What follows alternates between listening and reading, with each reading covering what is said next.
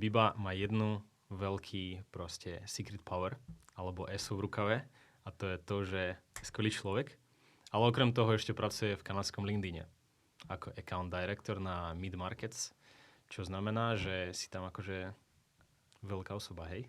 Wow, si naštudoval môj LinkedIn. Presný to je tvoj title. To je jediný tento som prečítal, no. Taká normálna osoba.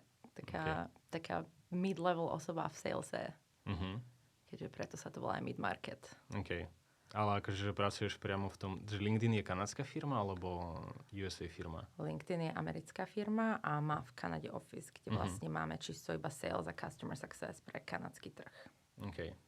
Ale akože znie to cool. Keď som to prvýkrát prečítal na nejakom poste ešte 2 roky dozadu, tak som bol taký, že OK, že niekto išiel pracovať do LinkedInu, že fajn, že to je pecka.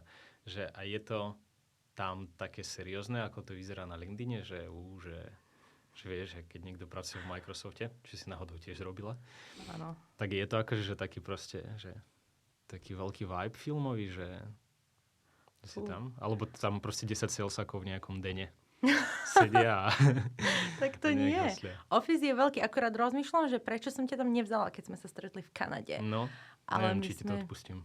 My sme sa stretli práve, tak som vtedy bývala tak ďalej od mesta a nejako to akurát tak dobre vyšlo. Že sme mali grilovačku, myslím. Ale... ako? Jojo so Slovákmi. Áno. Ale normálne beriem ľudí do ofisu. Je to trojposchodový office a priamo v centre, hneď pri Scotiabank Arena. Ak niekto teda pozerá hokej a Toronto Maple Leafs, tak je to hneď vedľa. A čo vlastne je hneď hlavná stanica v Toronte. A máme naozaj pekný office na 27. a 28. teda 26 až 28 poschodí. S peknými výhľadmi na mestské letisko, ale je to dobrý vibe. Výhľad na letisko, to je benefit. Ale nie, to je nie na hlavné letisko, to je výhľad na také mestské letisko, kde vieš ísť aj na bicykli. Že ja som na to letisko, keď som letela do New Yorku. To je v porte takom? Áno, že vlastne ty vidíš práve lietadlá, ako pristávajú na vode a odlietajú z vody a je to veľmi pekné a vlastne to úplne fascinujúce, že keď nemáš batožinu iba ruksak, tu vlastne vieš ísť bicyklom, mestským bicyklom na to letisko. Wow. Tak som raz bola, keď som letela do New Yorku, takže tie lietadlá sú fakt pekný výhľad a vlastne vidíš celé jazero a ešte aj to letisko je taký bonus k tomu a CN Tower, tú veľkú väžu. Ale hej, nie je to seriózne. Ani LinkedIn podľa mňa už nie je taký seriózny, práve že sa ľudia sťažujú, že sa to mení na Facebook. Takže... Že začína to byť väčší korporát, akože? Nie takto korporátne, ale že LinkedIn ako sociálne médium, že tam ľudia už hoci čo postujú a dávajú tam fotky detí a rodiny a že tam akože, že takedy ľudia sa tam chodili naozaj, že po tie informácie a to je teda, čo aj my chceme, že aby sme sa stali akože... priestor, kde si ľudia prídu nájsť tie informácie, ale však niektorí ľudia tam zdieľajú aj veci, ktoré nie sú úplne užitočné. Alebo teda veľa ľudí podľa mňa. Podľa mňa je to trend, niečo také tam dávať. Že snažiť sa byť veľmi veľa zdieľať na LinkedIne. Takže, ale my máme akože veľmi super kultúru, práve že takú uvoľnenú, že že naozaj som dakedy cítim ako v startupe. Hlavne teraz sme launchovali nový produkt, a fakt to bolo ako v startupe, že sa menili veci, menil sa proste deň, kedy to launchneme, menila sa cena, že sme zákazníkom hovorili to, potom to. Takže to malo taký startup vibe, ale vždy to malo taký startup vibe, lebo je tam také voľné, je tam veľa mladých ľudí a podľa mňa LinkedIn má naozaj že úžasnú kultúru. Prezradíš nám, čo je ten produkt? Je to LinkedIn Hiring Assistant, sa to volá a vlastne... AI hiring? Áno. AI? Je to celé AI. Používame umelú inteligenciu, prekvapivo. A je to vlastne produkt, ktorý... Lebo ten trh sa trocha mení, že vlastne predtým recruitery, keď si chceli niekoho vyhľadať na LinkedIne, tak to bolo veľmi, že title, aké majú experience, akú majú školu, že si šiel presne, že musí to byť tento title, toľko rokov experience a vlastne celý ten trh sa mení, že teraz my to voláme, že skill-based hiring, že vlastne ľudia, alebo teda recruitery už budú skôr hľadať ľudí podľa toho, aké majú zručnosti a nie podľa toho, že aký majú presne title. A vlastne aj tento LinkedIn Hiring Assistant, tým, že je to vlastne AI a nie je to akože človek, ktorý predsa má nejakú bias, tak vlastne vyhľadáva, vie ísť akože poza tie keywords, mám v hlave iba anglické slova, To je že v beyond the pohode. keywords, ale teda vie to hľadať aj mimo nejakých keywords, mimo nejakých title a naozaj vie vyhľadať ľudí, ktorí by inak tých recruiteri vlastne nevideli a pritom sú naozaj vhodní na tú pozíciu a samozrejme je to nový tool, je to AI, ale vyžaduje to trocha aj zmenu mindsetu, že vlastne recruiteri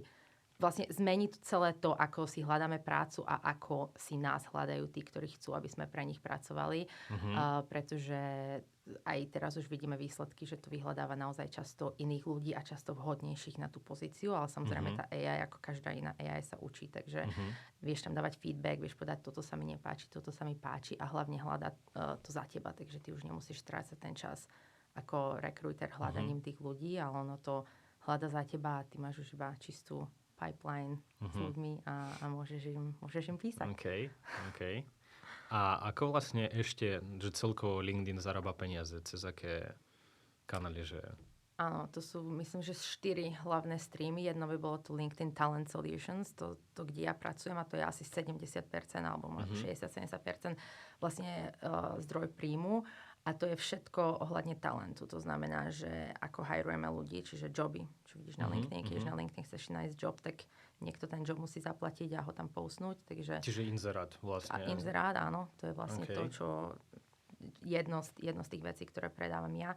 Potom tie tooly, vlastne, ktoré využívajú recruiteri alebo headhunteri na vyhľadávanie ľudí. To je Sales vlastne Navigator? To nie je Sales Navigator. Sales Navigator využívajú salesáci na hľadanie lídov a LinkedIn Recruiter. A teraz LinkedIn Recruiter bude už spolu aj s LinkedIn Hiring Assistant. To je ten tool, o ktorom som teraz hovorila, že sme ho práve launchli. A to zasa využívajú recruiteri na vyhľadanie tiež svojich lídov, ale teda ľudí, ktorých chcú osloviť. Takže je to podobný princíp, ale slúži na iné účely. Takže LinkedIn Recruiter je náš najdrahší produkt. To je tiež jeden z tých, ktorý ja predávam a je to najväčší zdroj príjmu a je to spolu ešte s LinkedIn Learning. Čiže je to sú tie kurzy a také veci, čo sa tam dáš akože učiť? Hej, je to galéria kurzov, aj keď teraz sa snažíme trocha dištancovať od toho, lebo v podstate už nie sme iba galéria kurzov, ale je to naozaj taká self-development platform, že fakt je tam teraz AI, kde si vieš iba povedať, že chcem sa dostať na túto a túto pozíciu, alebo že chýbajú mi tieto skilly, alebo teda ak nevieš, aké ti chýbajú, tak vieš povedať, že chcem byť, chcem ísť zo salesu na customer success a ono to vie vyhodnotiť podľa toho, lebo my vlastne na LinkedIn vidíme všetko, že keď si zmeníš job, aké kurzy si predtým robil, alebo a vidíme to teda na viac ako miliarde ľudí, keďže LinkedIn má viac ako miliardu členov. Wow, viac ako miliarda ľudí, to je dosť. To sme inak oslavovali pred rokom, myslím. Sme akorát hitli 1 miliardu. Takže bola veľká party? Bola taká normálna party. Kanadiania vlastne nevedia až moc partiovať, nie? Neviem, teraz nechcem asi takto generalizovať. Ja chcem. Ale nie, no akože ja keď som tam bol, tak tam nevedeli moc. Hej, že tam nebola taká riadna party. Po 12. zavíračka. A akože aj u stredoškolákov, akože že high school, akože this type of people. Tak to ja ako úprimne už ani neviem. Ja som sa do Kanady presťahovala, keď som už mala 26 alebo koľko, takže ja som už bola dávno za tou dobou, že by som chodila do klubov. Takže ja neviem, to by si mi ty vedel povedať, kedy sa zatvárajú kluby. Ti viem povedať, že veľmi skoro. Veľmi skoro a ani nenájdeš s kým tam ísť. Není tam s kým ísť. Hej. Ale zaujímalo ma, že v korporáte, vieš napríklad, že Volks Wall Street. Všetci videli a že ako ďaleko proste, že Volks Wall Street je 10 a že LinkedIn party oslava 1 miliardy používateľov je 0,5, 1, alebo... Dostali sme všetci tričko. Okay. A odfotili sme sa. To dobrý začiatok. Akože nebola asi až taká party v office, ale celkovo mám pocit, že v techu to už ide tak, že tech už nemá toľko peňazí ako takedy. Vieš, že post-covidový tech už je taký, že už proste ani necestuješ veľa, už ani všetko robíš online a proste stále tie budžety sú menšie a menšie, takže nebol nejaký extra budget na party. Takže ja som to skoro slovala v mojich hovoroch, že som to hovorila všetkým zákazníkom, ale mi to prišlo veľmi cool. OK, je to cool podľa mňa, ale ty kokos, škoda, no. By som sa nepotešil asi. No, ale tak tričko poteší. Tričko poteší, ty kokos, no. Tričko 1 miliarda. Ale Kanada má jednu z najväčších penetrácií, že tam je najviac ľudí, čo sa týka, že koľko ľudí žije v Kanade versus koľko je na LinkedIne, tak my máme jednu z najväčších penetrácií trhu. Takže veľmi veľa Kanaďanov alebo ľudí žijúcich v Kanade je na LinkedIne. Akože, že to penetrácia znamená čo ešte raz? Že koľko, akú veľkú časť trhu už máš z toho, ktorý existuje. Aha, že v Kanade je to, že strašne veľa. Áno, že jeden z najviac na svete asi. Ale tak v Kanade je aj veľa iných akože tých toolov na hľadanie práce, nie? Že akože iných stránok, marketplaceov, Indeed. Tuším, to je akože veľký konkurent, či stále akože Indeed, na LinkedIn je to... Indeed má úplne inú demografiu. Že tam sú...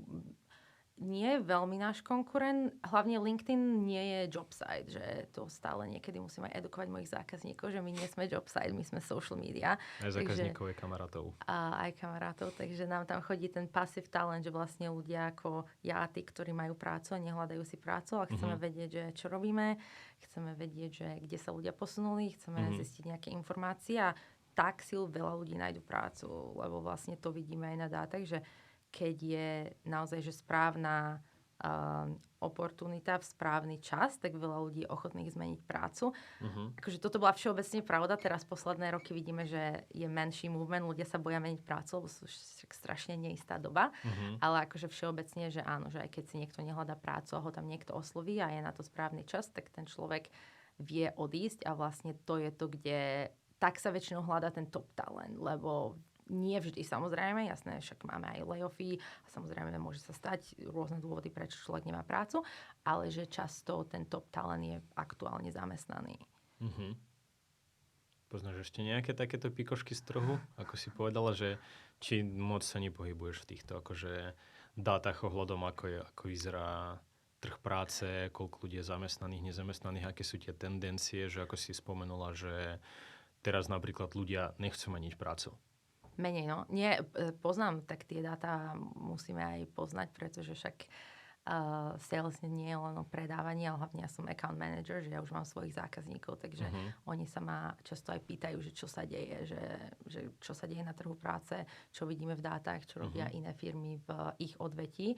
Takže teraz je vysoká nezamestnanosť. Ja viem, že v Európe je nižšia a európsky trh tak nesledujem úprimne, lebo však potrebujem vedieť hlavne ten kanadský, ale teraz som aj počula na teatrojke, že v Európe to nie je také zlé, ale v Kanade je vysoká nezamestnanosť, je okolo 8%, akože jedna z najvyšších v histórii. Takže tam vidíme, že vlastne teraz sa to mení, že často ani nepotrebujú dávať tie joby na LinkedIn, lebo teraz, keď niekto vlastne pridá job, tak sa mu tam nahlasí strašne veľa ľudí. A myslím, že teraz sa pripravuje v Kanade nejaké zákony, že ty musíš ako keby každému človeku odpovedať. Takže práve mi hovoria zákazníci, že ja ten job už ani nejdem dávať na LinkedIn, že ja ich budem iba hľadať. Pretože mám strašne veľa tých ľudí. Takže toto teraz vidíme taký trend, že všetci mi to hovoria, všetci zákazníci, že ja ktoré joby ani nepridávam, pretože by som mal príliš veľa ľudí, ktorí sa prihlásia a hlavne veľa z tých ľudí nemá tú kvalifikáciu, že vlastne hlavne na LinkedIne sa dá niekedy veľmi jednoducho prihlásiť na job a tým pádom sa tam hocikto prihlási a to naozaj, že polovica z tých ľudí nespĺňa možno ani 50% tých kvalifikácií, čo hľadajú. A to je práve často otázka aj mojich zákazníkov na nás, čo LinkedIn robí preto, aby sa toto nestávalo. A čo teda LinkedIn preto robí? No, naša odpoveď je, že my nevieme nikomu zabrániť, aby sa prihlásil na nejakú prácu. Takže keď tam je nejaká práca, tak tam neexistuje niečo také, že teraz akože AI, keď máš premium account, tak ty sa vieš tej AI spýtať, že som vhodný na tento job. Ale samozrejme ľudia tým, že si naozaj potrebujú nájsť prácu, tak často si povedia, že skúsim, veď koľko razy si poviem, že veď skúsim, nemám čo stratiť a práve to sú často tí ľudia, ktorí nie sú kvalifikovaní na tú prácu. Dá sa to ale robiť spôsobmi takými, že tam dáš nejaké otázky, že keď sa niekto prihlási, tak mu nedovolíš sa prihlásiť predtým, ako neodpovie na nejaké 3 otázky. Samozrejme, ak je niekto veľmi namotivovaný, tak aj tak odpovie, že áno, mám to, aj keď to nemá. Ale nejakých ľudí to určite odradí. Takže to a hlavne nerobí to prihlasovanie jednoduché, že neviem, či poznáš Easy Apply na LinkedIne, však tak Easy Apply je, že sa v podstate prihlásiš skoro jedným klikom, tak napríklad nedávať to, ale naozaj poslať ľudí na tú svoju stránku, tam vyplniť viac vecí, že to už sa neprihlási naozaj až toľko ľudí, ale akože vravím, že v tejto nezamestnanosti je to stále, že veľmi veľa ľudí na každom jobe. Je to tak, no. Môj kamarát, ktorý mal akože že vyštudovanú vysokú školu na Slovensku, presťahoval sa do Kanady, tak mal veľký problém, že nenašiel si za 2 roky žiadnu prácu. Akože IT. Áno. A IT úplne teraz hlavne, teda neviem, aký je seniorný, ale hlavne junior software developers, tak už nie je také jednoduché si nájsť prácu. Ale však ja to vidím aj na ľudí, čo odišli z LinkedInu alebo celkovo, čo robili naozaj pre dobré firmy, že ani oni si často nevedeli dlho nájsť prácu, že ten trh je naozaj, je to veľmi ťažké teraz si nájsť prácu a preto veľa ľudí ju ani nechce stratiť. A preto teraz vidíme aj menej takého, že niekto má prácu a ide skúsiť niečo nové, lebo je vysoká nezamestnanosť a také neisté časy. Taká filozofická otázka, ako sa dá s tým bojovať, s tou vysokou nezamestnanosťou. Znamená to, že podľa teba, že ľudia môžu zakladať tým pádom, otvárať nejaké svoje podnikanie, keď teda nemajú šancu akože proste nájsť prácu, alebo že ako je z toho von, keď vieš, že 2 roky posielaš CVčka a nič z toho a máš popri tom kvalifikáciu, tak podľa mňa že vlastne nejaký biznis alebo niečo také. Akože vlastný biznis je určite cesta, ale znovu, že samozrejme niektorí ľudia, alebo veľa ľudí sa bojí vlastného biznisu, zasa a ešte k tomu v takýchto neistých časoch, veľa ľudí odchádza z Kanady. Prekvapilo, myslím, že Kanada má najväčšiu emigráciu znova historicky, že nechcem presne hovoriť čísla, alebo si nepamätám presne čísla, ale viem, že veľa ľudí sa rozhodlo teda opustiť Kanadu, lebo už tu nie je akože to, čo bývalo. A veľa ľudí sa sťahuje aj do iných provincií. Z Ontária, z provincie Ontária sa sťahujú napríklad do Alberty. Kvôli čomu? V Alberte sa lepšie troška žije. Tam sú najvyššie priemerné platy, akože to ťahá hore oil and gas. A to tak vždy aj bolo, ale sú tam lacnejšie, všetko je tam lacnejšie. Akože teda všetko, sú tam lacnejšie hlavne nehnuteľnosti, že si tam vieš kúpiť proste dom, čo v Ontáriu je skoro úplne že nereálne. No a je tam aj krajšie, akože proste teda aspoň napríklad mne sa tam páči, lebo sú tam hory, sú tam medvede, dá sa tam lyžovať, dá sa tam hajkovať. Hej, Alberta je taká celkom pekná aj provincia a teda záleží, že kde si, ale sú tam teda aj oveľa nižšie ceny nehnuteľnosti a preto ja som študovala chvíľu v Alberte, že moji spolužiaci by nikdy nešli do Ontária a oni všetci ostávajú tam, lebo tam vedia mať lepší život za lepšiu cenu. V Ontáriu vlastne je jediný benefit asi je to Toronto. Áno. Aj to je taký, že 50-50 benefit. Nie, že pre niekoho je to benefit, ale pre niekoho tam, keď prídeš asi len do Toronta, ako nemáš nejakú stabilnú prácu, tak hneď proste za nájom platíš 2 litre plus. Áno. Za jedno izbak a akože že ten štart môže byť taký namáhavý. Aký si mala ty vlastne tam štart? Ty si tam nešla takto ako všetci imigranti, ty si tam už išla na pripravené nejaké miesto, takže že vieš aj k tomu trošku? Bavili sme sa o tom, ale aj pre iných ľudí. Jasné. Ja som sa tam presťahovala kvôli tejto práci, kvôli práci v LinkedIne, takže ja som nešla, že idem do Kanady a idem si tam hľadať prácu, ale ja som vedela, že sa chcem vrátiť do Kanady aspoň na istý čas. Takže ja som si hľadala prácu už z Európy v Kanade a vlastne hľadala som si ju iba v LinkedIne. Som chcela pracovať pre LinkedIn.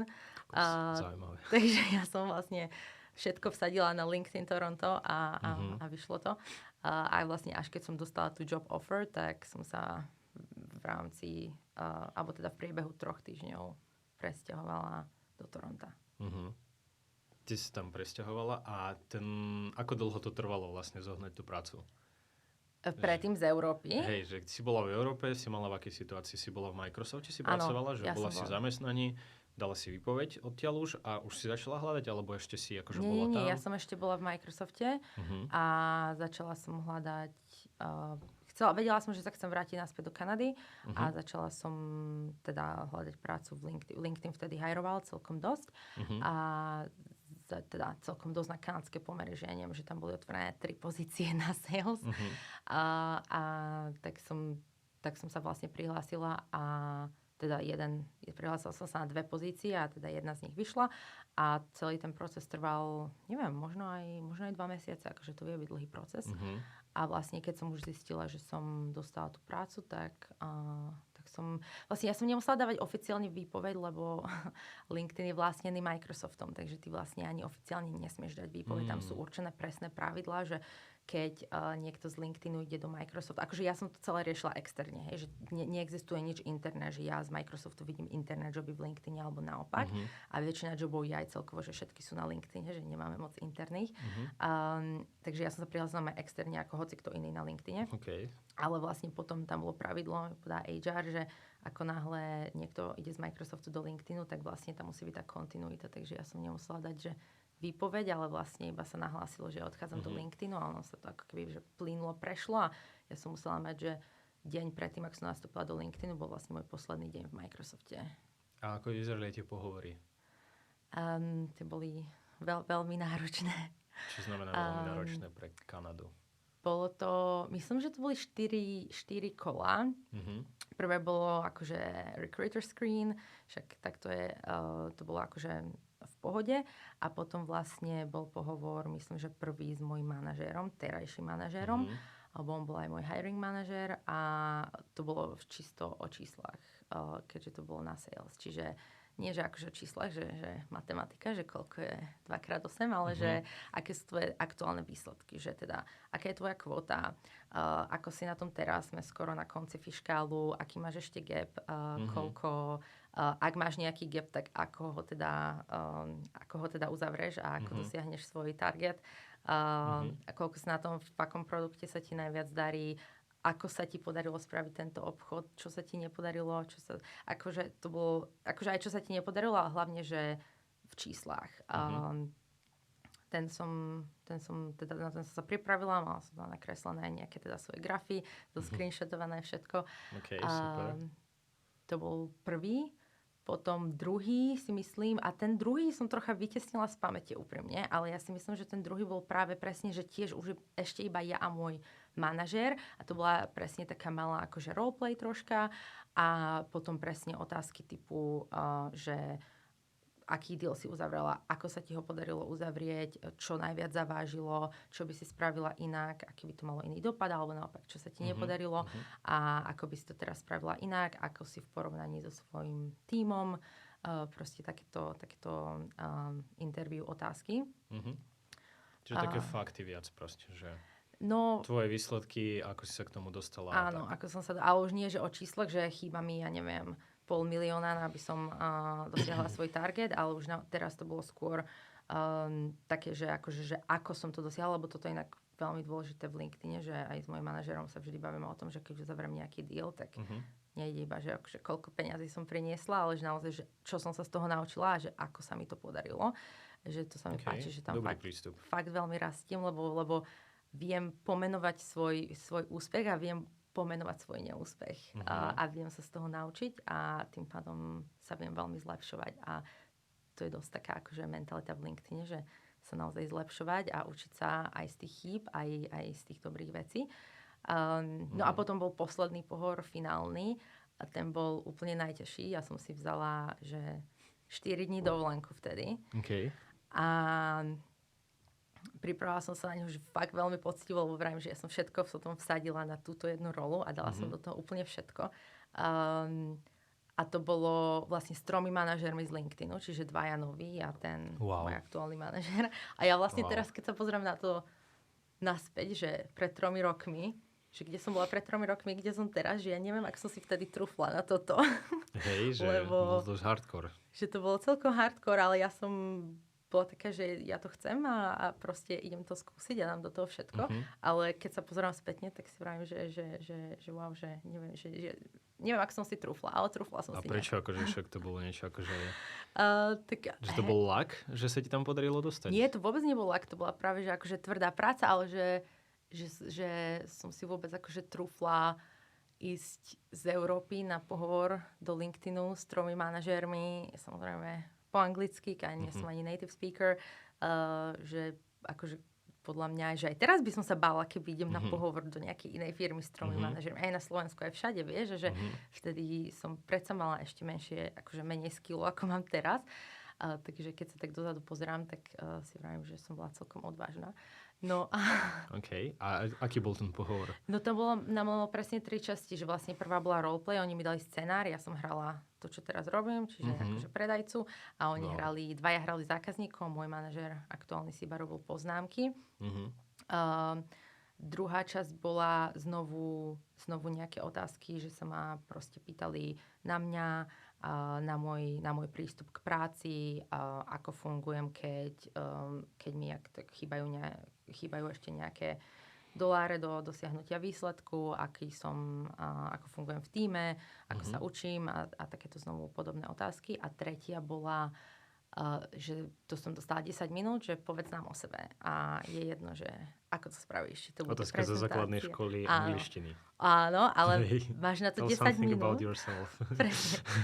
Čiže najprv som bola taká, že čo budem hovoriť 10 minút a hlavne, že ako to celé spravím a že to je práve jediná časť, ktorú máš úplne ty pod kontrolou a kde vieš vyniknúť, ale vôbec som nevedela, že či to má byť iba také profesijné, alebo teda profesné, či to má byť osobné, či to môžem kombinovať.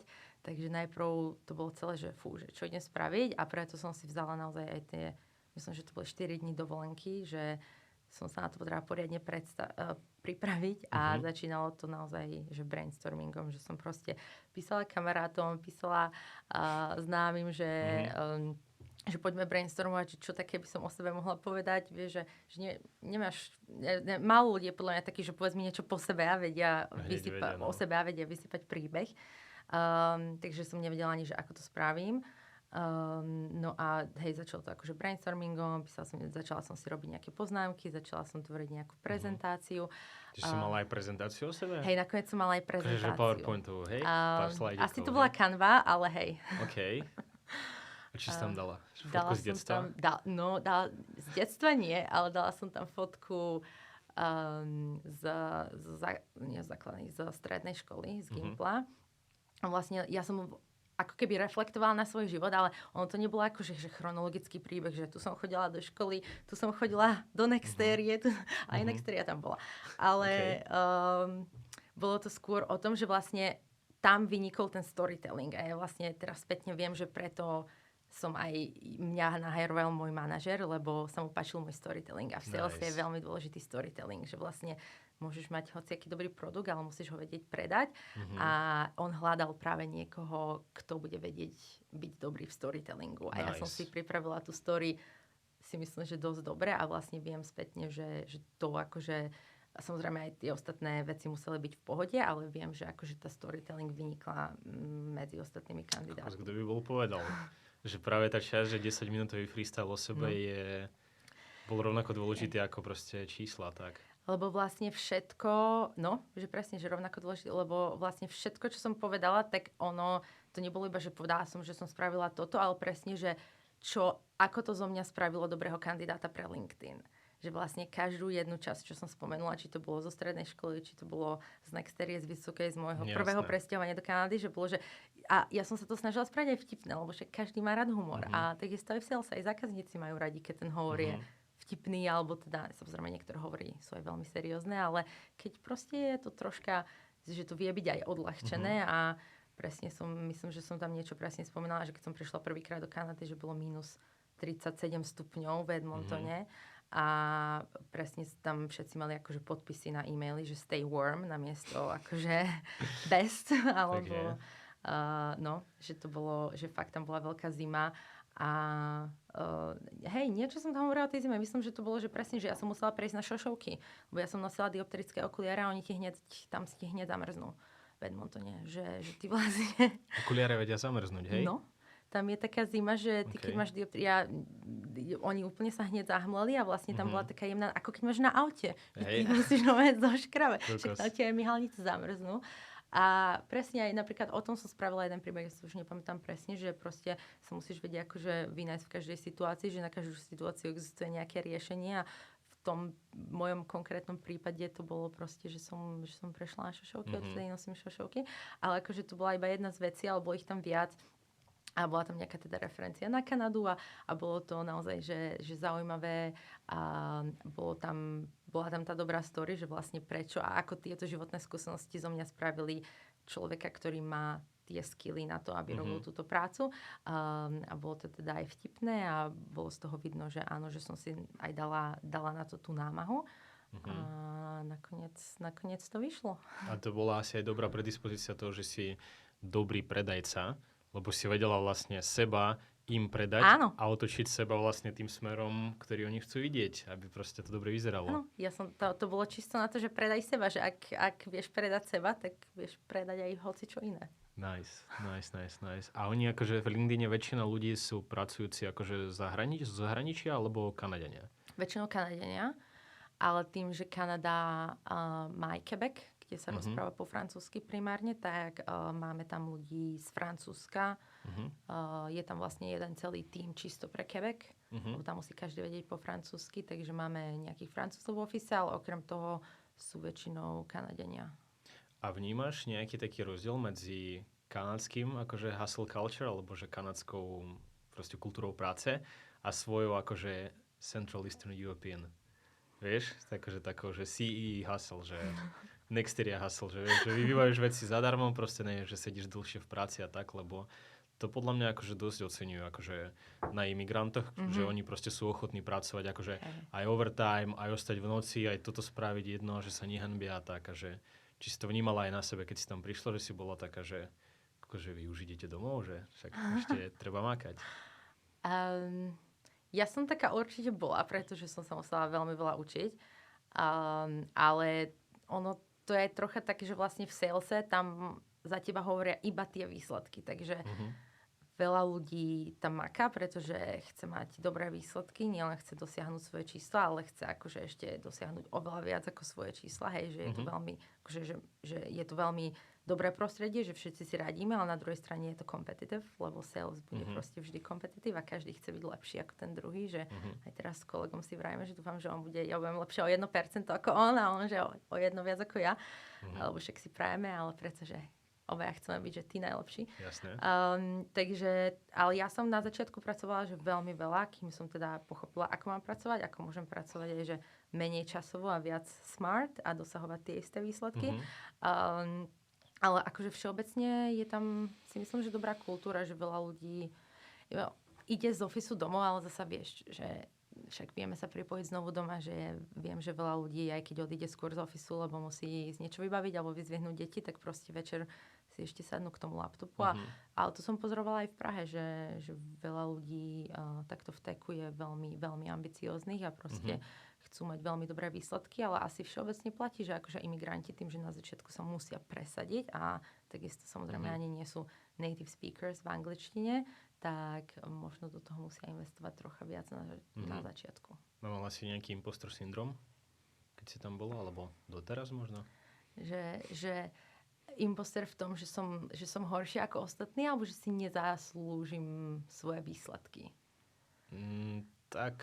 Že proste, že ja som bola v Nexterii a teraz že bola som v Bratislave, v Prahe a teraz som, že v LinkedIne. Tuto so všetkým ja musím proste uzatvárať tieto dealy, že patrím sem vôbec? Akože... Hej, že patrím sem, no. Hej, to je dobré. Na začiatku určite, veď preto aj teraz, keď som hovorila, že keď sa pozriem spätne, že ako som si vôbec trúfla ísť akože na pohovor, na túto prácu, ale teda ja som to akože vždy mala v sebe, že to bolo vidno aj na tom pohovore, že však inak by som nebola prijatá, že na tú pozíciu sa hlásilo, ja neviem, možno 400 ľudí, hej. 400-500 ľudí. Dosť. V Kanade sa inak hlási ešte viac ľudí ako v Amerike, tým, že v Kanade je ľahšie dostať víza, takže to je ešte viac akože kompetitívny market. Ale takže na začiatku že mala som to v sebe z časti, ale musela som sa veľmi, veľmi, veľmi veľa učiť a trvalo to, takže som trávila akože že viac hodín v práci, ale takže na začiatku tam možno boli nejaké myšlienky, ale znova si, že s týmto mi veľmi pomáha môj manažér, že a nielen ja, že aj akože domáci a hoci kto na mojom týme má občas, lebo sales je vždycky, že nie vždy, ale veľmi často, že raz si hore a raz si dole, že ty vieš uzavrieť úžasný deal a potom ďalší kvartál môžeš mať úplne zlý a si to proste tá istá osoba, robíš tie isté veci, že je to veľa o tom, ako pracuješ, o tom proste, že ako vieš predávať, ako vieš rozprávať a ako vieš aj si pochopiť, že čo LinkedIn predáva, ako to predáva a nakombinovať veci.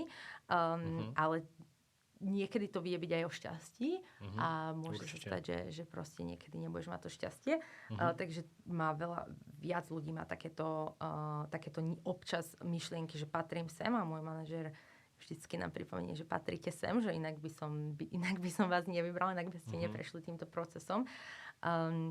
Ale presne si pamätám, teraz mi to napadlo, že my sme teraz hajrovali dvoch nových ľudí do tímu a sme sa presne o tom rozprávali aj s mojím manažérom, aj všetci v tíme. A ja si pamätám, že keď som mala jeden z tých pohovorov s mojím manažérom, že on mi vtedy povedal, že všetci v mojom tíme sú, neviem, aké použil slovo, nejako, že unique, alebo niečo také, že akože, že sú to výnimoční ľudia. A ja som vtedy mala taký imposter syndrom, že som dosť výnimočná na to, aby som bola v tomto týme, že aj ja, že som dosť výnimočná na to, aby som bola v LinkedIne, lebo naozaj môj manažer o nás hovorí, že veľmi pekne, že samozrejme, že keď robíme chyby, alebo keď robíme zlé veci, tak nám to na rovinu povie, lebo ja aj pracujem tak, že ja potrebujem počuť veci na rovinu a ja hovorím veci na rovinu a môj manažer je dobrý v tom hovoriť veci na rovinu, ale aj dobrý v tom nám povedať, keď sme niečo spravili dobre a vlastne presne vtedy povedal, že v mojom týme sú akože všetci výnimoční ľudia, alebo som sa pýtala, aký je to tým. Takže vtedy som bola taká, že že neviem, či som dosť výnimočná, aby som bola v tomto týme a presne som im to hovorila, že ako som si vtedy myslela, že vlastne teraz som v tomto výnimočnom týme, naozaj si aj myslím, že sme výnimočný tým a že môj manažer je úplne super a výnimočný manažer a človek.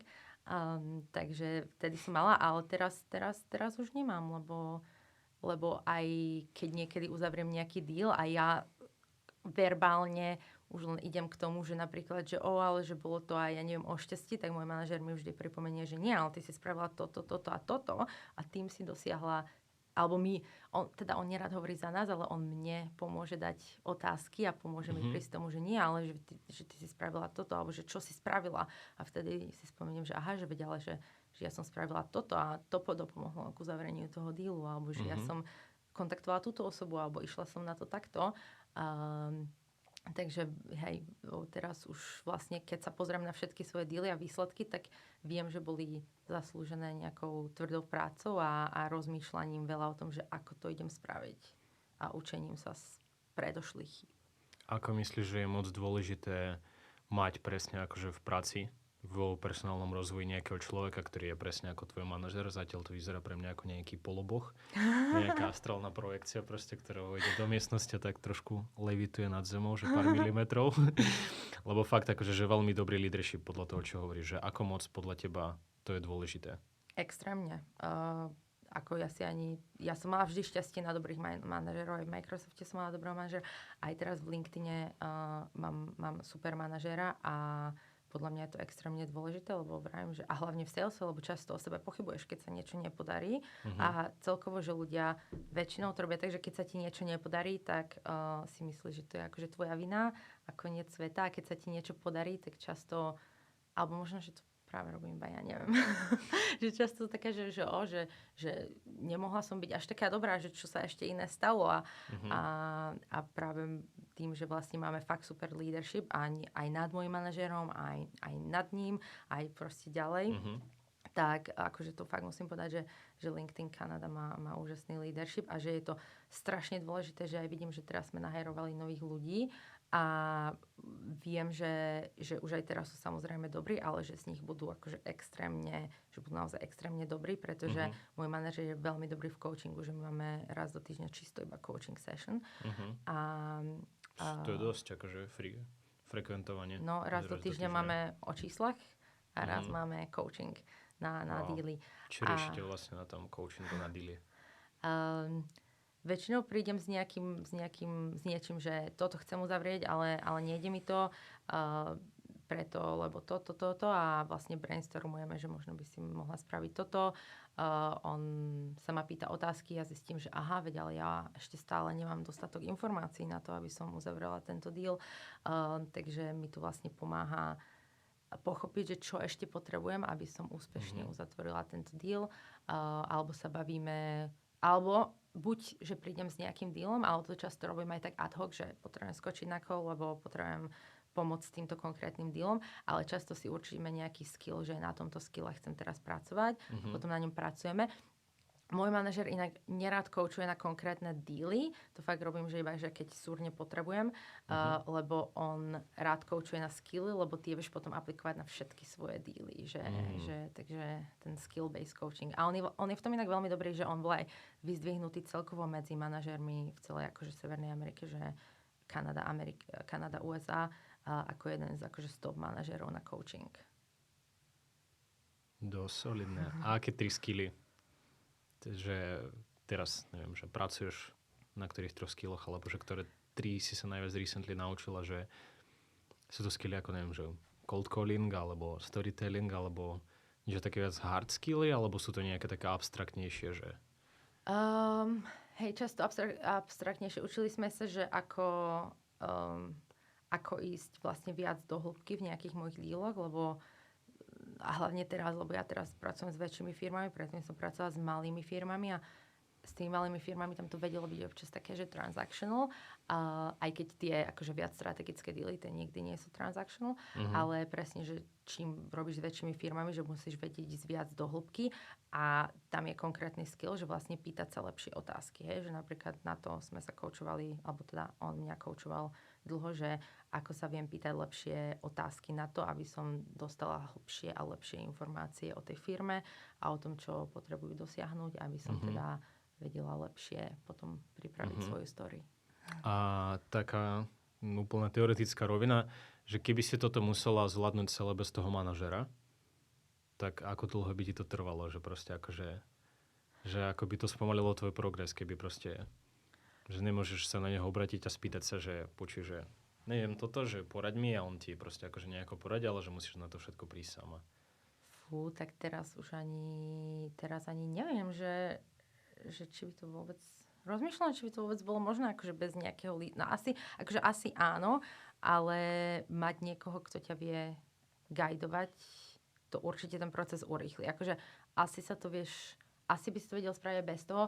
Hlavne čo sa týka pracovných vecí, veľmi dobrú sebareflexiu, že to aj môj manažer si vždy hneď všimol, že akože že on mi ani nemusí povedať, čo som spravila zle, že mne keď niečo nevyjde, že ja prídem za ním a ja mu poviem, čo som spravila zle. A on mi vždy opakuje, že tvoj level sebareflexie je proste, že taký ešte akože, že s takým sa málo stretne, že ja viem veľmi dobre pomenovať, že čo som spravila zle a čo musím spraviť inak. A hlavne ja musím si veci skúsiť sama, že ja sa viem učiť iba z vlastných chýb, že ja sa neviem môcť učiť z chýb iných ľudí, že ja musím ísť, spraviť tú chybu a ja na ňu viem hneď zreflektovať a povedať si, že toto bola chyba. A presne teraz sme mali nejaký posledný call v roku a som mu hovorila, že toto som spravila zle a že toto chcem robiť inak. A on, že hej, že ja viem a že ja som ti to nemusel povedať, lebo som vedel, že ty s tým sama prídeš a povieš mi to. A že on mi aj hovoril, že musel trocha zmeniť coaching so mnou, lebo pochopil, že ja sa aj tak musím ísť tie veci naučiť sama a zreflektovať na ne a potom vlastne ja mu ich sama prídem povedať. Okay. Takže asi by som to zvládla so svojou sebareflexiou, ale vedieť to brainstormovať s ním alebo s hociakým iným manažerom určite napomáha každému človeku, ktorý je ešte juniorný. A keď sme sa stretli ešte keď si tam bola 6 mesiacov iba, mne sa zdá? Áno. A potom sme sa teraz stretli a ty si tam už 2,5 roky a 2,5 roka. A vtedy, keď si tam bola 6 mesiacov, tak si bola celkom taká, že treba naplniť kvótu, že uvidíme, ako dlho to ešte budem, či si to podarí, že akože že vôbec som necítil z teba taký vibe, že príjemné korporátne teplé miestečko, že vibím si tu, rátam love a tak. A že teraz už je to viac také, že sa cítiš tak istejšie a že už proste aj ťa aj povyšili na tú pozíciu. Tak ako sa ti podarilo tento pivot vlastne spraviť, že za 2 roky z tej pozície, že si bola, že super neistá a teraz 2 roky na to si už proste super istá. Takže čo boli možno, neviem, napríklad nejaké 3 kľúčové, neviem, tvoje veci, čo si začala robiť, alebo si prestala robiť, alebo že vieš si tak zreflektovať, že ako sa ti tam podarilo dostať? No, začala som si hlavne veriť, že áno, že mám na to, že ako ja som vždy si verila, že sa dokážem veci naučiť, ale teraz si už aj verím, že vlastne dokážem naplniť každý kvartál. Že som pochopila asi, že ako funguje sales, že ten sales svet funguje tak, že proste, že že ty väčšinou nejako nájdeš tie peniaze, že proste, že keď bude tvoj gap 200 000, tak proste nejako nájdeš tých 200 000, a keď bude tvoj gap 400 000, tak proste ty nájdeš nejako tých 400 000. Tak to znie ako cool, že čím väčší gap si dáš, tak tým viac zarobíš, hej? Hej, že to má aj môj manažer mi snažil vysvetliť, keď som raz riešila svoj gap, že ono to vlastne takto funguje a presne som sa musela naučiť sama, keď raz proste nejako sa presunul nejaký deal, alebo proste zákazník nemohol podpísať, presunul sa do ďalšieho roka a vlastne vtedy som bola aj rada, že sa to presunulo, lebo si vravím, že ja som už naplnila svoj kvartál, že na čo, že akože bude to v ďalšom a teraz som presne, neviem, keď som tu bola v spote pred 3 týždňami, asi som ti hovorila, že sa snažím uzavrieť jeden deal a akože mne ho z hľadiska targetu už netrebalo uzavrieť, ale práve, že teraz už mám tú mentalitu, že a tak by to aj malo byť v salese, že všetko chceš uzavrieť hneď, ako sa len dá. Samozrejme, keď ti zákazník povie, že niečo chce, tak to vždycky podpíšeš hneď, hej, ale že predtým som z toho, keď zákazník povedal, že chcem podpísať až ďalší rok z nejakého dôvodu, tak som bola také, že OK, a teraz som sa veľmi snažila robiť kroky, aby to ten zákazník podpísal tento rok, lebo som vedela, že aj keď som to už nepotrebovala technicky, tak som vedela, že vlastne môže mať ešte lepšie čísla a vlastne v tom ďalšom kvartáli, aj keby mám väčší gap, tak že to nejako naplním, lebo je to veľa o tom mindsete, že naozaj si veriť, pochopiť, ako ten sales funguje a pochopiť, ako funguje ten celkovo sales, ale aj sales svojej firme, že čo presne predávaš, ale hlavne, že ako to rieši tie zákazníkové problémy, trocha spoznať tých zákazníkov, že ja som vlastne nepoznala predtým až takto HR prostredie, veľa ľudí príde do LinkedInu, že boli predtým napríklad recruiteri, že oni veľmi poznali to, čo teraz predávajú, že ja som sa vlastne neučila len sales, alebo teda nezdokonalovala som sa len v salese, ale aj v tom, že čo je vlastne to HR prostredie, ako fungujú recruitery, ako funguje LinkedIn, ako fungujú joby. Takže to bolo vlastne, že naučenie sa toho prostredia a toho salesu. Takže hej, že som si vlastne začala veriť, pochopila som, ako fungujú veci a to asi všetko zmenilo. A hlavne, keď už potom máš, lebo na začiatku sa rozbieha, že tam máš aj nejaké, že ty ešte nemáš na začiatku nejaký cieľ, že na začiatku sa vlastne nejaké 2-3 mesiace len učíš a potom máš nejaký polovičný cieľ. Vlastne až potom prišiel asi ten prvý kvartál, kedy som naozaj mala, že OK, že teraz to musíš dať a vlastne už som práve bola aj v LinkedIne istú dobu, že už som začala chápať tie veci a vlastne odkedy som prvýkrát naplnila svoj kvartál, tak už som ich začala naplňať stále. OK. Tak to znie ako prirodzený proces. Áno. A ja si myslím, že to dokáže skoro každý, že s dobrým leadershipom, že naozaj sa to vieš naučiť. OK. A keby si napríklad, že ťa teraz posunú naspäť že zajtra letíš, hej? Áno. Zajtra letíš. Že zajtra priletíš a proste, neviem, realita šuk sa otočí a ty si proste teraz, že prvý deň v LinkedIne znovu, ale už si akože toto si prežila, nikomu nepovieš samozrejme, že už si toto videla, ale že čo by si robila? Zrobila by si niečo inak? Aby sa akože rýchlejšie dostať tam, kam si sa dostala teraz? Že super otázka. Určite by som nejaké veci robila inak, ale na druhej strane, že tie skúsenosti neoklameš. Vieš, že ja aj predtým som si myslela niekedy, že proste ty vieš oklamať skúsenosti neviem čím, ale že proste, že tie roky skúsenosti sú veľmi dôležité. No, teraz ich už máš. Áno, ale že napríklad za 20 rokov budem mať, že ešte viac, hej, že aj teraz proste veľmi akože skúsení už sellery v LinkedIne, ktorí majú proste 15 rokov skúsenosti, že nech robím čokoľvek, že by bolo veľmi ťažké byť teraz na ich leveli, hej, ale že viem, že za tých 10 alebo 5 rokov by som tam mohla byť. Čo by som robila inak? Asi by som, a to je tiež jeden zo skillov, na ktorých sme pracovali, že v salese často si akože myslí, že toto chce ten zákazník, že proste strašne veľa, ako to povie po slovensky, assume, že si myslí, že že toto chce ten zákazník, alebo že takto to dopadne. Ale vlastne to vieš často vyriešiť pár otázkami, že sa vieš tých ľudí viac pýtať. Takisto som sa naučila lepšie dávať zákazníkom deadline, že OK, to rozhodnutie musíte spraviť do tejto doby, že predtým to bolo také, že OK, že tu je cena, že rozhodnite sa, teraz presne im dám deadline, alebo ešte najlepšie, že s ním sa dohodnem na deadline, keď ho povedia oni, tak je to lepšie, keď im ho dám ja. Že je to veľa takých drobností, že nepredpokladám, čo oni chcú, ale viac sa pýtam, viac si dávame spoločné deadliny, že dovtedy to potrebujeme spraviť, dovtedy potrebujeme mať toto rozhodnutie a naozaj, že akože že viac ich chápať a ono je inak...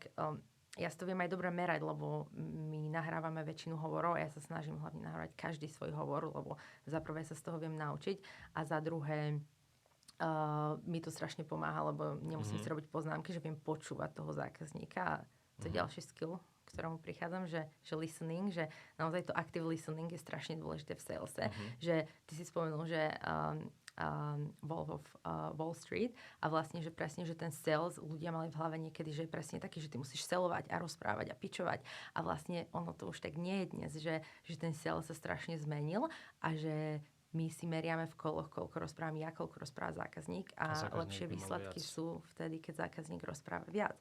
Čiže ty by si mal viac počúvať a menej rozprávať, že už to nie je o tom, že daj mi 3 minúty a samozrejme startup pitch je niečo iné, hej, že keď potrebuješ dať investorovi, ale čo sa týka takéhoto, že B2B SaaS sales a celkovo, že tech sales je väčšinou o tom, že ty viac počúvaš a vlastne menej rozprávaš. OK. A čo sa týka nejakej, že budúcnosti alebo tak plánuješ akože po LinkedIne niekam niečo riešiť? Akože že ešte viac to vyhrotiť? Alebo LinkedIn je dobrý environment vlastne na to, aby sa rozvíjať, alebo... Takže LinkedIn je dobrý environment sa rozvíjať určite, ale ja som dosť veľký hrotič. takže uvidíme, že teraz ja som vlastne začala novú pozíciu v LinkedIne v júli, takže teraz určite sa sústredím na to, aby čo najlepšie dopadol tento fiškál a postupne asi začnem rozmýšľať nad tým, že čo teda, že čo by som chcela robiť ďalej, že ako by som sa chcela rozvíjať. A určite, že ostať v LinkedIne je jedna z ciest, lebo LinkedIn je super a zatiaľ sa tam rozvíjam, ale presne, že asi by som odišla vtedy, keby som už cítila, že OK, už sa viac nemám čo naučiť, už sa nerozvíjam, ale zatiaľ sa každý deň ešte veľmi veľa učím. Čiže pôjdeš ďalej, keď už prestaneš cítiť, že tam je nejaký posun alebo prístor. Hej, to by som asi šla. A išla by si do San Francisca? Išla by som do San Francisca. Tvoj manažer podľa mňa nebude počúvať tento podcast, že on sa to nedozvie. Hej, on je dobrý v researchi, ale... Zmeníme ti meno na nejaké vymyslené. Určite by som šla do San Francisca, ale však LinkedIn má office v San Francisku a môj manažer vie, že mám rada San Francisco. Ja som odtiaľ pracovala aj pár týždňov, že z LinkedIn officeu a ten office je super a sú tam super ľudia a ja mám to mesto veľmi rada, takže akože určite je to jedna z možností do budúcna, že prečo nie a že áno, že San Francisco je super. Okay. A teraz ako vyzerá tvoj deň vlastne, že ty máš veľa akože cestovania alebo takých vecí, alebo skôr je to, že zobudíš sa, otvoríš notebook a zavrieš notebook, ideš spať. A že iba na notebooku tie veci riešiš z ofisu. Väčšinou na notebooku a chodím do ofisu skoro každý deň, lebo máme super office, ale často robím ráno z domu, pretože sa potrebujem sústrediť a neviem sa moc sústrediť v office, lebo sa tam väčšinou s niekým rozprávam, alebo teraz máme nových kolegov, tak majú ešte veľa otázok, lebo nedávno začali. Takže ja sa snažím vždy robiť ráno, teda to bola akože best practice, že ráno robí vždycky nejakú aktivitu, ktorá generuje zisk, že buď teda robiť nejaký cold outreach v rámci mojich zákazníkov, posielať nejaké e-maily, posielať nejaké kampane alebo takéto veci, alebo čisto brainstormujem, že akože komu by som mala napísať, ale proste, že presne, že rozmýšľať alebo robiť nejaké aktivity, ktoré priamo vedú k zisku, že nie, že si čistiť inbox alebo že iba odpovedať zákazníkom na otázky.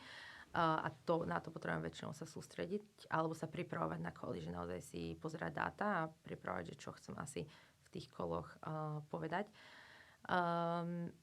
Takže tak, a je to väčšinou teda na laptope, hej, že teda z kanclu alebo z domu, že málo cestujem za zákazníkmi. Bola som v podstate, tento fiškál som bola asi iba raz u zákazníka a potom sme mali už 2-krát event v office, takže tam som ja zavolala svojich zákazníkov a ja ich často volám za mnou, lebo však máme super office a oni sa väčšinou aj potešia, že môžu vidieť office, ale presne teraz už chcem pár väčších zákazníkov zobrať aj niekde na obed alebo aj za nimi presne sa bavím teraz s jednou zákazničkou, že sme sa nemohli doteraz stretnúť a nemohla prísť na event, že pôjdeme niekde na obed.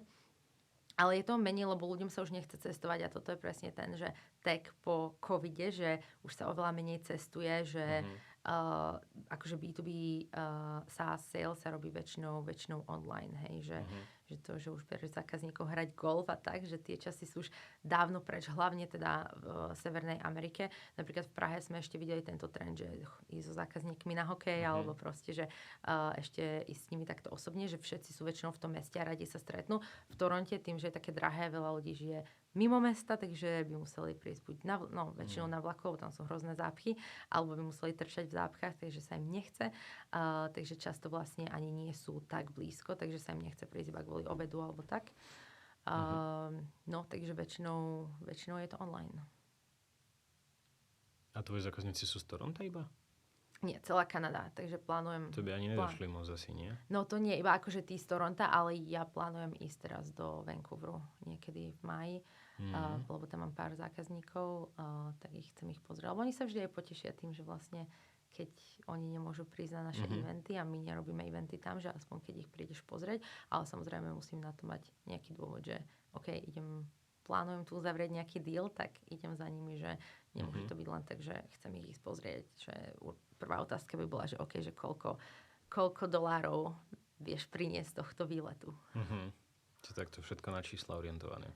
Takže áno, je to akože super kultúra, ale že stále, že každá úspešná firma aj musí byť orientovaná na čísla, hej, že inak by asi neprežila. Jasné. A do Vancouveru by si išla bývať? Ja som tam nikdy nebola, Okay. takže sa mi to ťažko hovorí. Z toho, čo viem o Vancouveri, sú tam hory. Ja, keď som blízko hôr, tak som šťastná. Takže asi by sa mi tam páčilo. Aj teraz tam bola kolegyňa a prišla a povedala, že ja si ťa tam viem úplne predstaviť, že to by bolo úplne mesto pre teba. Na druhej strane tam aj veľmi veľa prší, že tam v zime akože vôbec nesneží, je tam stále nad nulou a veľa tam prší, takže viem, že to počasie nie je, že presne tiež tam často nevidia slnko, ako my v Toronte, ale ako ešte k tomu tam aj v Kanade? prší. No nie, v Calgary, Alberta je slnečná, že v Calgary ale práve... stále minus 50, nie? Hej, minus 37. Teraz je inak v Yukone úplne na severe minus 50, zrušili lety. Ale v Alberte je tak minus 30, ale je to taká suchá zima a ty si proste potrebuješ dať viac vrstiev, že tam ťa naučia, že proste, že daj si vrstvy. A takže ju vieš lepšie prežiť, lebo svieti slnko, takže si vieš navrstviť a aj sa pekne prejsť do minus 30 a máš tam všade sneh a je to také pekné a je tam slnko a v Toronte je proste šedá obloha a nesvieti tam slnko a ešte k tomu ti je aj chladnejšie, lebo je taká vlhká zima z jazera, takže podľa mňa je lepšie suché minus 30 ako proste vlhká zima a nad nulou. Takže neviem, ako by to bolo v Vancouveri, ale určite sa chcem ísť pozrieť. A keby niekto z posluchačov chce proste si nájsť prácu niekde v Kanade, tak je najlepší spôsob to hľadať iba cez LinkedIn, akože že posielať. Tak ako si to robila ty? Že proste poslať CVčko a uvidieť? Dobrá, no v tejto dobe asi ani nie, lebo by sa na to CVčko pravdepodobne ani nepozreli, že je veľmi ťažké sa dostať cez ten screen, keď máš 500 ľudí, ktorí sa prihlási na jeden job. Teraz by to bolo veľa aj o tom, že ako LinkedIn Hiring Assistant vyhodnotí tvoj produkt, že ako vlastne AI, čiže vedieť vlastne ako keby mať veci na profile, ktoré teda nebudú iba keywords, ale teda napríklad tam má celé vety, hej, a vedieť sa akože predať, že už ten tvoj profil je dobrý, ale asi akože keby sa ma teraz niekto spýta, že mám ísť do Kanady a hľadať si tam prácu, tak mu poviem, že nie, pretože teraz je veľmi ťažké si nájsť prácu v Kanade pre každého. A však ja mám aj občas ľudí, že mi volajú alebo sa ma pýtajú, že ako si nájsť prácu, alebo že či teda si hľadať, že v akej firme kto hajruje. A ja teraz, ako veľa ľudí bolo už naozaj veľmi z toho takých, že si prestávali veriť, pretože si nevedeli nájsť prácu a pritom sú tu naozaj kvalitní ľudia, ktorí majú dobré skilly, takže ja to každému pripomínam, že to nie je o tebe, že že takisto hľadanie práce ako každý iný vzťah, hej, že niekomu sadneš a niekomu nesadneš, s niekým si kamarát, s niekým nie si kamarát, že je to veľa o tom hiring manažerovi, hej, že no prvá vec sa dostať cez ten screen, tak to je teraz veľmi ťažké, lebo je veľmi veľa, akože vždy bolo, ale teraz je ešte viac ľudí na jednu pozíciu sa hlási, ale potom, že vieš, že niekto mi zavolá, že bol som vo finálnom kole a niekoho iného si nakoniec vybrali a ja poviem, že to nie je proste o tebe, pretože proste tomu človeku sa mohla viac páčiť charakter tej inej osoby, alebo neviem, že proste možno to bolo viac vtipné, že hej, že ty chceš predsa nakoniec pracovať aj s človekom, že, ktorého máš rád na tej osobnostnej stránke a s ktorým sa ti dobre rozpráva, že nie je to vždycky iba o skilloch, že tie skilly by mali rozhodovať v tých prvých kolách, ale že potom je to často o tom, že zapadáš aj do tímu a do kultúry. Takže stále pripomínam ľuďom, že to nie je o ich skilloch často. Ale teraz, vrajím, Kanada má veľmi vysokú nezamestnanosť, že asi by som teraz nikomu neodporúčila, že chod do Kanady a hľadaj si tam prácu, že podľa mňa ti to dosť akože práve že uškodí, lebo budeš mať pocit, že si nevieš nájsť prácu a pritom to vôbec nie je o tebe. OK, čiže rada nehľadať prácu. Nehľadať prácu v Kanade asi teraz, no. OK. A keby si napríklad, že nemohla ísť do Kanady a musela by si proste ostať na Slovensku, že proste podmienka hry. Okay. Alebo chceš príjemnejší level, že Česko a Slovensko? Ja mám akože rada Slovensko, že... Tak dajme tomu, že môžeš proste, že musíš ostať na Slovensku a musíš proste robiť niečo tu, tak čo by si robila? Čomu by si sa venovala? Asi tiež sales. Ono je už... Niekde tiež v tej firme nejakej? Asi áno. Že typu akože nejakej takej progresívnejšej tech firme alebo o nejakom korporáte? Kľudne by to mohol byť aj startup. Akože však mňa startupy stále veľmi bavia, že aj teraz sme v spote a ja som to hovorila aj minulá, keď som tu bola, že toto je cowork na svetovej úrovni, že podľa mňa v Toronte nie je takýto dobrý cowork. Že nebola som o WeWorku v Toronte, ale to je predsa, že aj sieť, ale že toto je akože veľmi unikátne. Takže tu v spote sa veľmi dobre cítim a je tu veľa malých startupov, že akože vôbec určite ja by som dokonca, že nie, že by mi to nevadilo, ale že asi by som rada robila v istý moment aj pre startup, že predsa ten sales je iný, lebo je iné predávať veľkú značku a je takisto iné aj vybudovať ten sales úplne od začiatku. Však o tom sme sa tiež bavili. Ty teraz myslím, že si vybudoval dosť od začiatku, čo sa týka salesových procesov, že to je napríklad niečo, čo z časti robím, alebo zasa ten korporát ti dáva priestor, má nejaké procesy, ale ak chceš byť lepší a iný ako ostatní, tak musíš si vyvinúť aj nejaké vlastné procesy a robiť veci troška inak. Takže tam stále veľa vecí skúšam, že niečo vyvinúť od začiatku by bolo určite zaujímavé, takže určite to startupové prostredie, však ja som aj robila so startupmi predtým a stále ma láka a myslím si, že je super a aj také unikátne, ale aj preto sa mi páči v LinkedIne, lebo mi to z časti občas, aj keď je to také paradox povedať, pripomína to startupové prostredie. Hej, OK. A čím akože? No aj tým, že vlastne teraz sme launchovali ten nový produkt, že je tam naozaj taká dobrá kultúra, je tam veľa akože mladých ľudí, presne ako tu v spote a je tam dobrý, teda work-life balance, akože záleží, ktorá firma, ktorý startup. Asi hlavne tým, že je to, že LinkedIn si bol schopný aj potom, ako ho kúpil Microsoft, udržať takúto svoju kultúru, že sa tam necítiš proste až tak, že je to aj ťažké verbalizovať, že prečo, ale že necítiš sa tam úplne ako v korporáte, že hej, že sú tam nejaké procesy, ale pri tom, že ja si viem robiť, čo chcem, hej, a že ono ťa to paradoxne učí aj o podnikaní, pretože mne môj manažer povedal prvý deň, že tvoja kniha, akože že kniha je to, že tvoji zákazníci, hej, že your book, že to je tvoj vlastný biznis, že ako prinesieš toľko peniazy, koľko máš priniesť, je úplne na tebe, hej, že to je tvoj cieľ, že ty si môžeš robiť so svojimi zákazníkmi v podstate, čo chceš, hej, samozrejme, že musím im dávať ceny, aké máme a takéto veci, ale že ako ja chcem predávať, aký chcem mať proces, prípadne ak chcem dať nejakú zľavu, akože ja nedávam zľavy, ani môj manažer nerad dáva zľavy, ale že ak niekedy je nutné nejaké veci zmeniť, samozrejme musím ich vyžiadať, ale že zase, že ja si určím, že čo, kde, kedy, ako. Že presne, že ono ťa to dosť učí o tom, že áno, že takto sa vlastne podnikalo, presne vie, že musíš doniesť toľko a proste to donesieš, hej, a tak fungujú akože aj že firmy, že proste, že ty vieš, koľko musíš zarobiť na to, aby si vedela vyplatiť svojich zákazníkov, hej. Takže je to také, a vlastne teraz sme presne launchovali ten nový produkt a ten produkt je stále, neviem, či by som to chcela nazvať, že je to MVP, to asi nie, ale je stále v štádiu, že ešte sa tam budú, my sme ho akože testovali s prvými zákazníkmi, to bolo, že MVP, teraz sme ho už launchili na celý market, ale stále ten produkt vie robiť chyby, stále sa z neho učíme, stále bereme feedback, stále ho budeme ešte zlepšovať a je stále veľa vecí na roadmape, hej. A teraz nám presne sa pripojil líder, že môjho manažér na call a presne nám povedal, že čo vy očakávate, že akože tá doba, kedy proste korporát čaká strašne dlho rokov a vyvinie niečo perfektné, že tá doba je dávno preč, že proste, že dajte sa práve do tej akože startup hustle culture, že proste je to, že try and fail. A vtedy som si uvedomila, že ja som vždy bola akože v tom mindsete, ale že presne, že tiež v LinkedIne som nečakala, že máme mať takýto mindset a teraz, keď vidím, že niekto z leadershipu príde a povie, že áno, že toto má byť ten mindset, že ten produkt nebude na začiatku perfektný, a takže to neočakávajte, že to bolo také super počuť.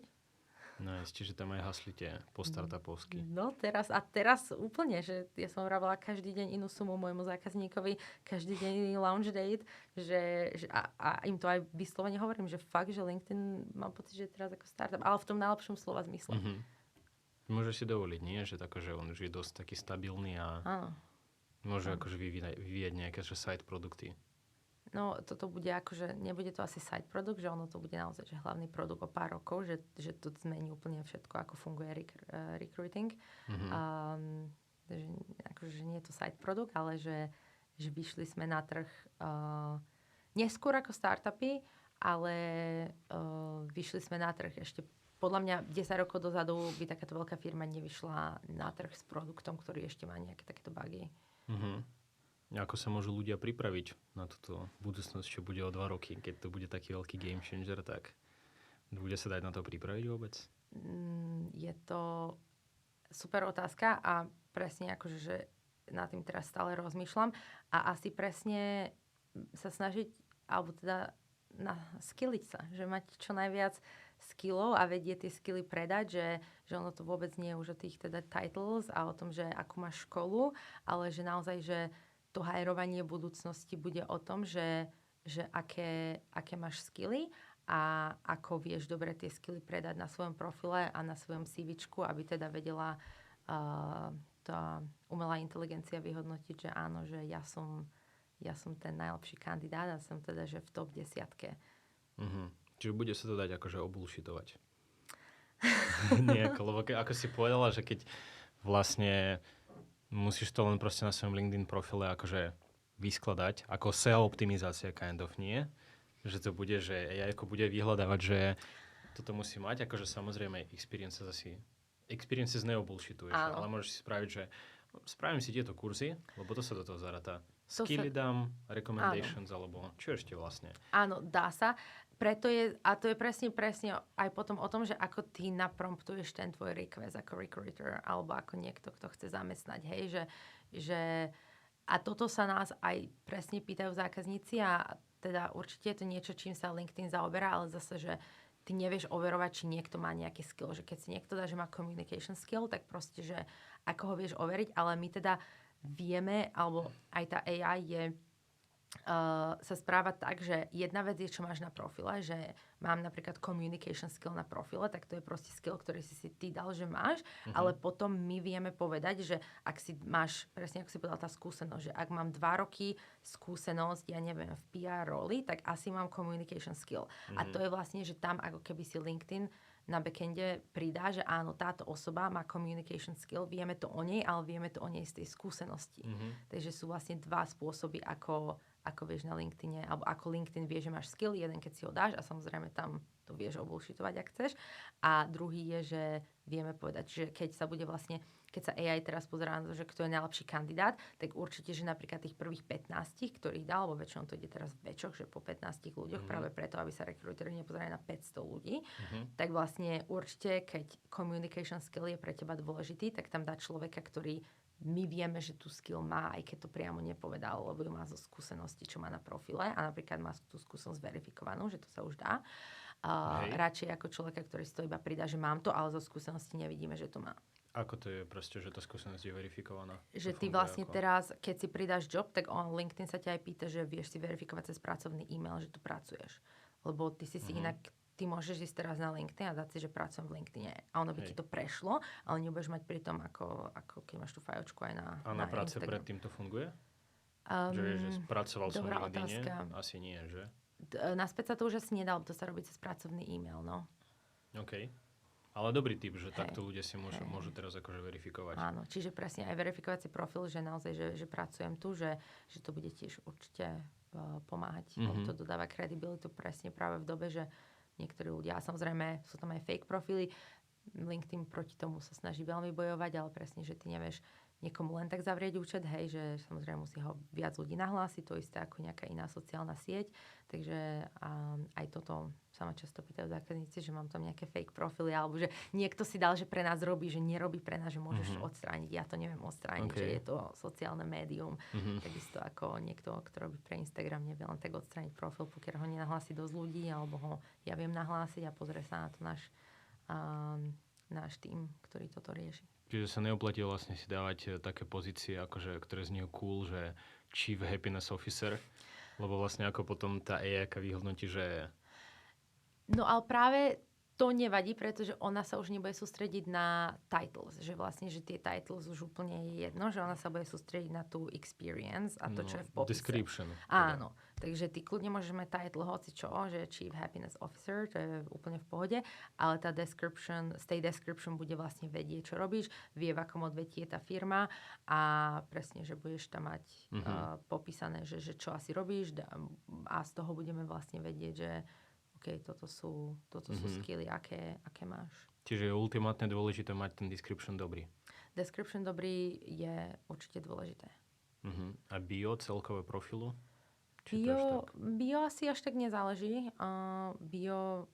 Teraz neviem, že je tam asi aj bio a ešte taký ten header, nie? Lebo vlastne... Taká dvojvetie, jedna, dve vety. Niektorí ľudia si dávajú strašne dlhý ten header a to nie je práve dobré, lebo ty keď si iba na mobil alebo iba vidíš, že niekto komentoval, tak ty nevieš hneď povedať, že čo ten človek robí, vieš, lebo niektorí ľudia sem dávajú, že I'm helping companies to optimize, vieš, a že to nevieš celé prečítať, že ja tam mám napríklad iba, že sales at LinkedIn, že vlastne každý hneď vie, keď ma vidí v komente a tým pádom aj vie, či ma kliknú na môj profil. A potom je tam asi ešte bio, tak jasné, že ak máš nejaké vlastne keywords aj v bio, tak je to v pohode, ale asi najdôležitejšie sú tie description a neviem, toto veľa ľudí podľa mňa nevie, na LinkedIn sa dá aj nahrať CVčko.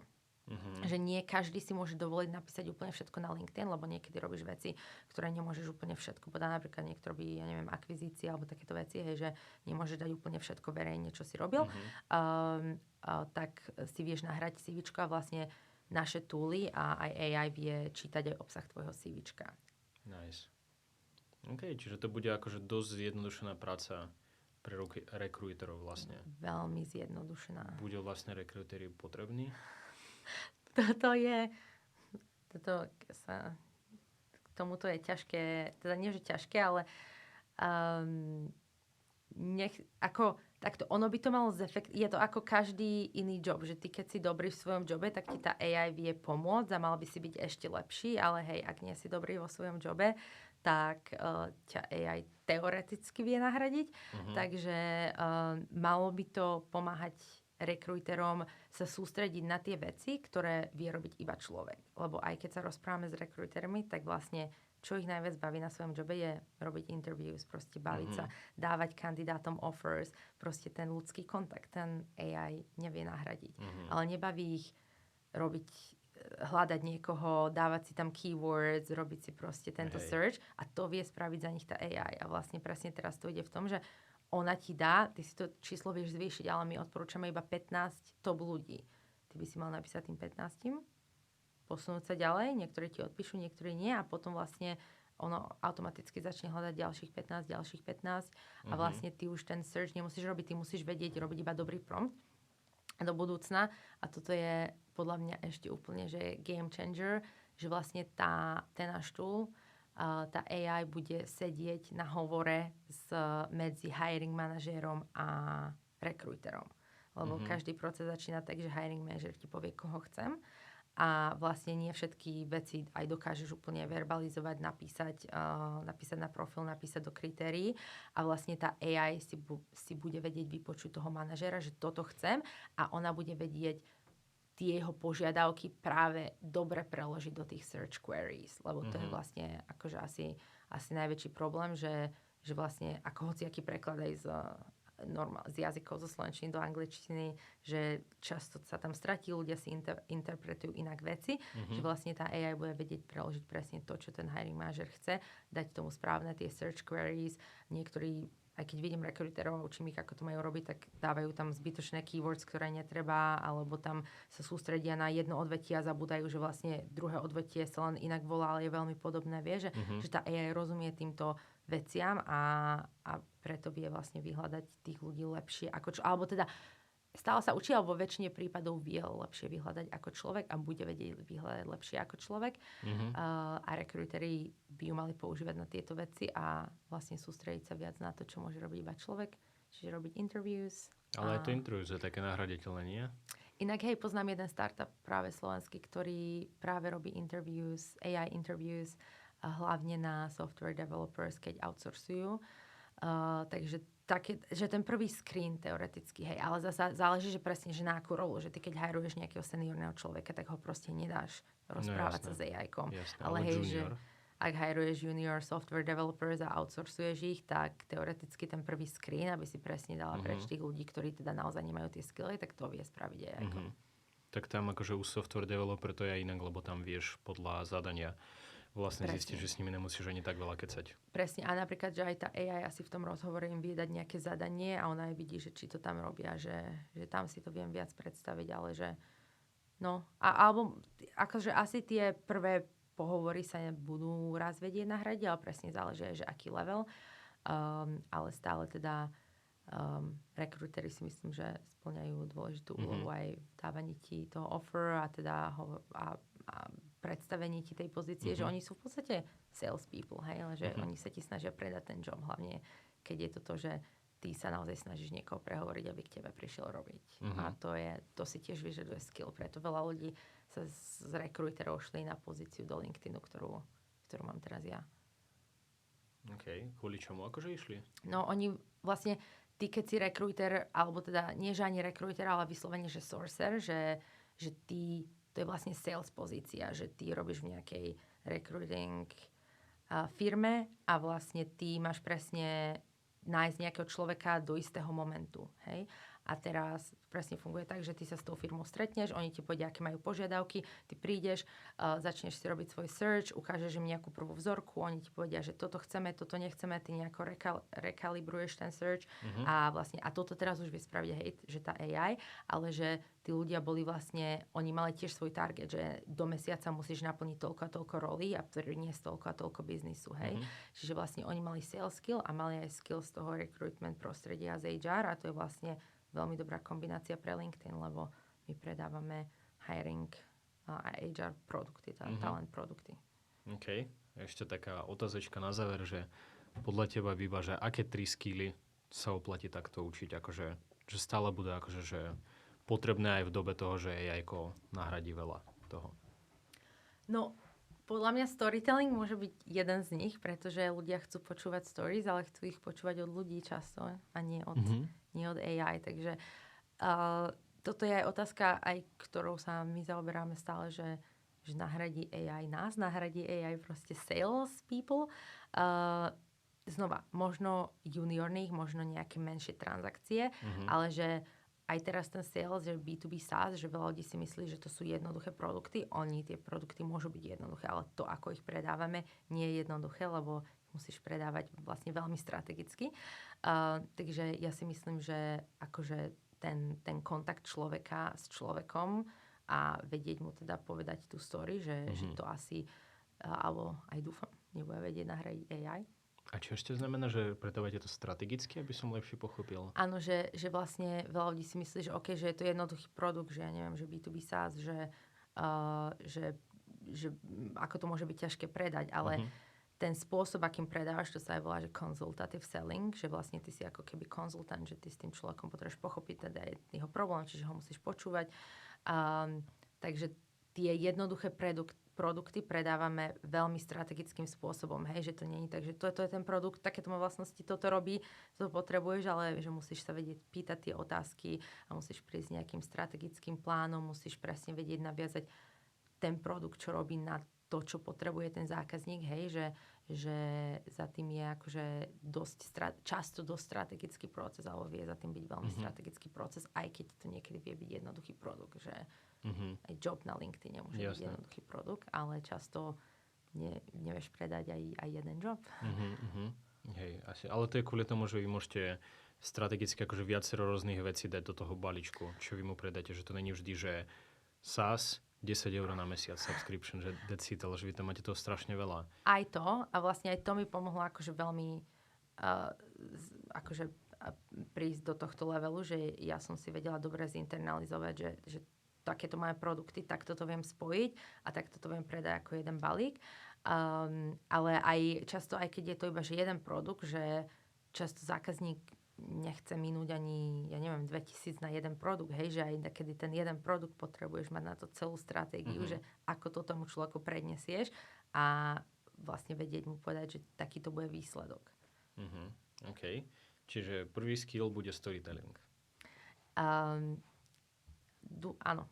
Že podľa tvojho názoru, že storytelling by to mohol byť. Že myslím si, že ten storytelling od človeka k človeku, tak AI vie spraviť storytelling a vie spraviť krásnu story a AI ti určite bude pomáhať tvoriť tú story, ale že asi nechceš počuť story od AI. Lebo on žiadnu story nezažil. Hej, presne. Takže presne, áno, a to je tiež dôležité, toto si super mi nahral, že vedieť vlastne rozprávať o tom, že čo som ja zažila, že toto pomohlo inému zákazníkovi. Toto chcel tento zákazník spraviť tak, spravili sme to takto, že presne, že rozprávať tie story, že asi nechceš počúvať od AI, že takéto bola story, viem to zdáť, hej, ale že vieš to proste z toho ľudského kontaktu. Takže proste ten storytelling a ten osobný kontakt, že od človeka k človeku. A čo budú tie ďalšie? Ešte dva. Myslíš, že nejak tech, akože tech zdatnosť by to mohlo byť? Ako toto je veľmi ťažké predpovedať, že samozrejme teraz už vie AI nahradiť nejaké veci, ale samozrejme senior software developeri by si ti vysmieli, hej, že akože samozrejme AI ešte nevie spraviť to, čo vedia oni. Či to bude vedieť spraviť za 50 rokov, hej, že však to asi do istej miery, ale zasa všetko asi nie. Toto ja úplne neviem predpovedať. Ale budú to presne takéto veci, že kde potrebuješ akože ten ľudský kontakt. Že k tým technológiám možno do nejakej miery to bude fakt vedieť nahradiť, ale že ten ľudský kontakt nebude vedieť nahradiť. A k tomu patrí podľa mňa aj ten sales, aj keď už teraz vidíme, že presne nejaké tie menšie transakcie, že už si vedia zákazníci, budú vedieť spraviť sami, čo predtým museli spraviť iba cezo mňa. Ale také tie väčšie strategické dealy, tak to určite nie, lebo tam by chýbal ten ľudský kontakt. A teraz mi vlastne napadlo, že som sa pozerala presne na nejaký graf skillov, ktoré budú nenahraditeľné, ale teraz si nepamätám, čo tam bolo, lebo teraz som mesiac nepracovala. Asi som ho videl tiež niekde, ten graf. Hej. Takže neviem, ale určite teraz presne mi napadlo, že najviac sa hajruje, alebo najviac sa zvýšilo hajrovanie pilotov a akože flight attendants práve v Kanade.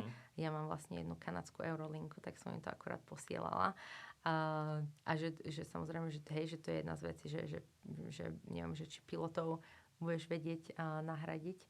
Samozrejme, lietadlo letí na autopilot, ale pristávanie a vzlet. Takže to mi teraz napadlo len preto, že viem, že sa extrémne zvyšuje hajrovanie pilotov v LinkedIne, na LinkedIne v Kanade. a rozmýšľam, že čo konkrétne, ale proste určite to budú joby a skilly, kde ten ľudský kontakt je nenahraditeľný. A ja si myslím, že sales je jeden z nich. Takisto teraz, čo robíme podcast, tak asi podcasty nám nebude robiť AI. A tak? OK. Ja som v tom liste nevidel psychológiu, že to bude akože nenahraditeľné. Ale ja si myslím, že psychológovia budú nahraditeľní práve, že akože... To je inak veľmi zaujímavé, lebo veľa ľudí využíva ChatGPT na psychológa, že? No. A tam je presne, ale to je presne to, že či je to dobré, lebo, ale ja som inak o tomto mala tiež presne debatu teraz, keď som prišla na Slovensko s niekým, lebo ja si zase takedy myslím, že AI vie byť menej bias ako ľudia, lebo ty vieš práve mať veľmi zlého psychológa, podľa mňa, ktorý je veľmi biased, lebo ľudia sú biased. Takže podľa mňa ti vie aj človek zle poradiť a takisto môžeme úžasného psychológa, ktorý ti poradí dobre. Ja som ako keby rozmýšľala nad tým, že AI vie byť možno viac objektívna ako človek, ale predsa AI musí mať nejaké zdroje a tie zdroje písal len človek. Takže záleží, že z akých zdrojov si berie a ako je to naprogramované. Takže toto je zaujímavá otázka a ani neviem, či by bolo úplne dobré, keby psychológov nahradí. A to sa vraciame k tomu ľudskému kontaktu, že podľa mňa ten ľudský kontakt vie byť dôležitý v tej psychológii a asi sa rozprávať iba z AI by nebolo dobre pre ľudstvo ako také. Jo, súhlasím. Dobre, tak na tejto pozitívnej note môžeme aj zavírať krám. Úžasné. Ďakujem. Yes. Bolo to super zábavné a taká super reflexia na Kanadu, na sales a som strašne rada, že sme takto pokecali, že však stretli sme sa aj v Kanade a teraz sme tu a obaja sme niekde úplne inde a vlastne obaja sme teraz v salese. Hej. A je to super. Díky Biba, Brofist. Ďakujem.